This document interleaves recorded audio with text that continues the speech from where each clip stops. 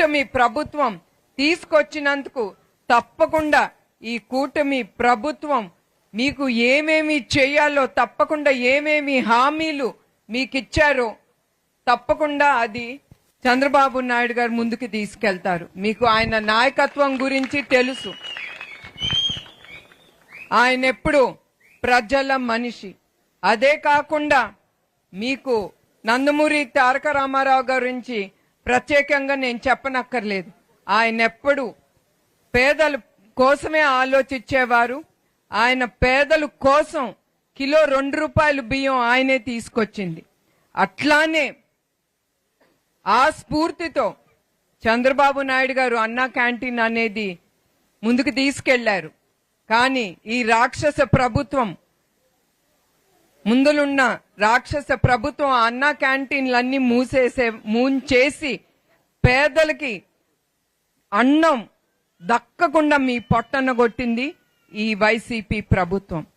అట్లా చంద్రబాబు నాయుడు గారు ఏది ప్రజలకి ముఖ్యమో అది పేద ప్రజలకి ఏది ముఖ్యమో అనుకుని మళ్ళీ ఈ ఆగస్టు 15న ఆయన మళ్ళీ అన్నా క్యాంటీన్ ని ముందుకు తీసుకెళ్తున్నారు.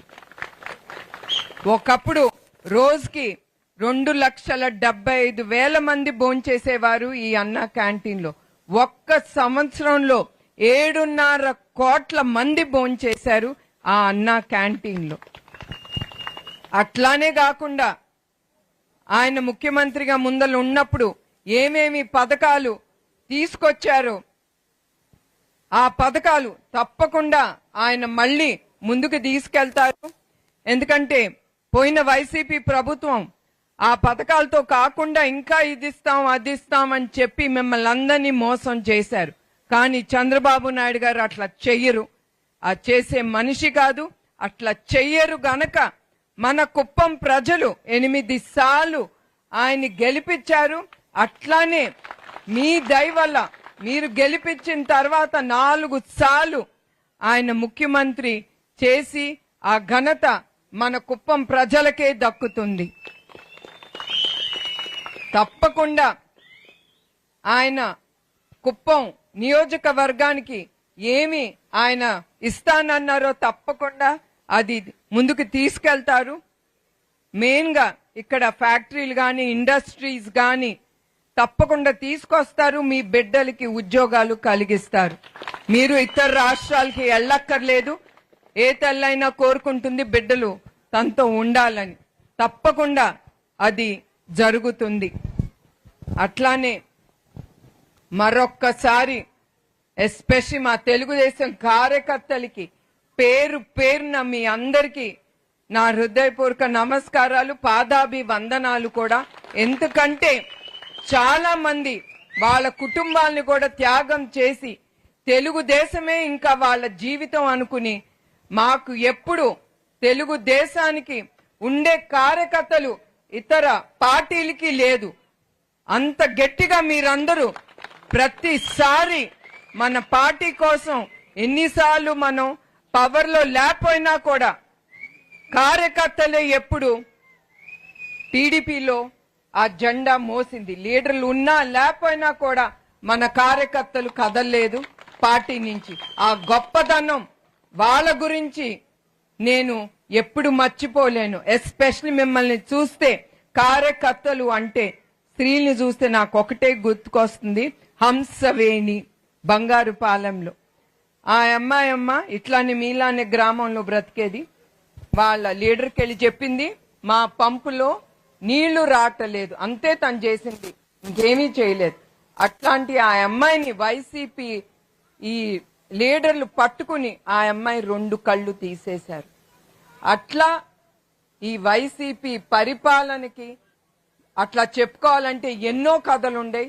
ఇది మనం వినలేదు, చూడలేదు. అట్లా ఎంతో స్త్రీలు కూడా అవన్నీ ఎదుర్కొన్నారు. మనకి తెలుసు. ఈ గంజాయితో ఇంట్లో ఉండే ఆడబిడ్డల్ని కూడా ఆ గంజాయి ఆ ఆడబిడ్డలకు కూడా అలవాటు చేసి మొగాళ్ళు కావాల్సిన అరాచకాలు ఆ ఆడబిడ్డల మీద కూడా చేశారు.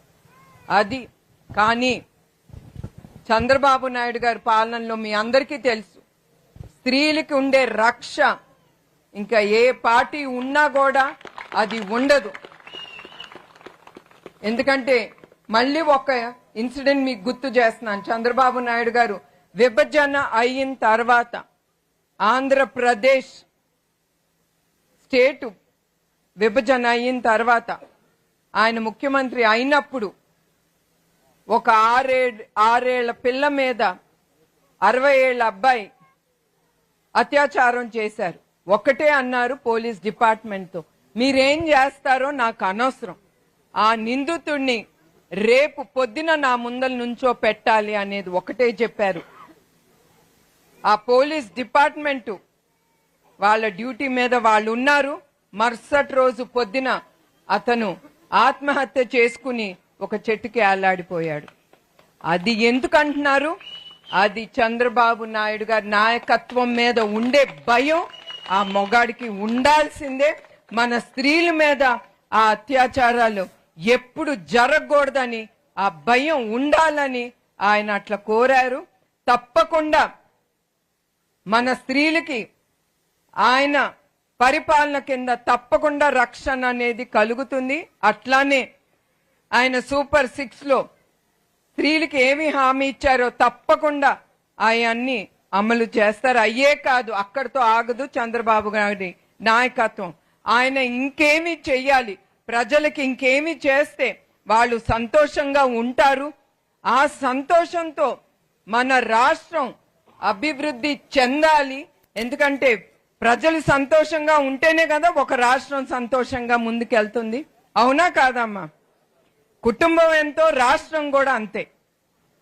సో తప్పకుండా మీకు ఆయన తప్పకుండా చాలా పథకాలు తీసుకొచ్చి ప్రజల కోసం ఆయన ముందుకెళ్తారు. ఒకటే మిమ్మల్ని కోరేది, ఒక్క 5 సంవత్సరాలు మీరు అప్పుడు ఆయన గెలిపించారు. మనకి ఒక రాజధాని లేకుండా అయిపోయింది. ఎందుకంటే మీ ఇంకొక 5 సంవత్సరాలు ఈ రాక్షస పాలన వచ్చింది. అదే చంద్రబాబు నాయుడు గారు ఇంకొక 5 సంవత్సరాలు ఉండుంటే మన రాష్ట్రం అభివృద్ధి చెంది ఎక్కడో ఈ యావత్ భారతదేశంలో నంబర్ 1 స్టేట్ గా ఉండేది. అదే కాకుండా ఇప్పుడు కూడా ఇంత అరాచకాలు జరిగినా కొంతమంది ముందుకొస్తున్నారు అంటే మీరు ఒకటే గుర్తుంచుకోవాలి, వాళ్ళు చంద్రబాబు నాయుడు గారి మీద ఉండే నాయకత్వం మీద వాళ్ళ నమ్మకం పెట్టుకుని మన రాష్ట్రానికి పెట్టుబడులు పెట్టడానికి వస్తున్నారు. ఎందుకంటే ఈ రాష్ట్రంలో ఏముందని వస్తారు, ఇక్కడ ఏమీ లేకుండా చేశారు. బయట వాళ్ళలో కూడా భయం అనేది సృష్టించారు. అందుకే రేపు ఎవరు వచ్చినా కూడా తప్పకుండా అది చంద్రబాబు నాయుడు గారి నాయకత్వం చూసి తప్పకుండా ముందుకొస్తారు. మన అందరం సుఖ సంతోషాలతో ఉండాలి. తప్పకుండా మన జీవితాలు సంతోషంగా ఉండాలని నేను కోరుతున్నాను.